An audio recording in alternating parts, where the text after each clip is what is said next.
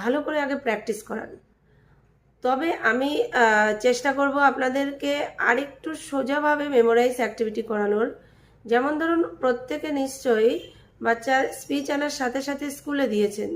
তো বাচ্চাকে স্কুলে দিতে গেলে বাচ্চাকে ফলো করুন যে বাচ্চা কার সঙ্গে বেশি মিশছে, কার সঙ্গে খেলা করছে, কার সঙ্গে টিফিন শেয়ার করছে।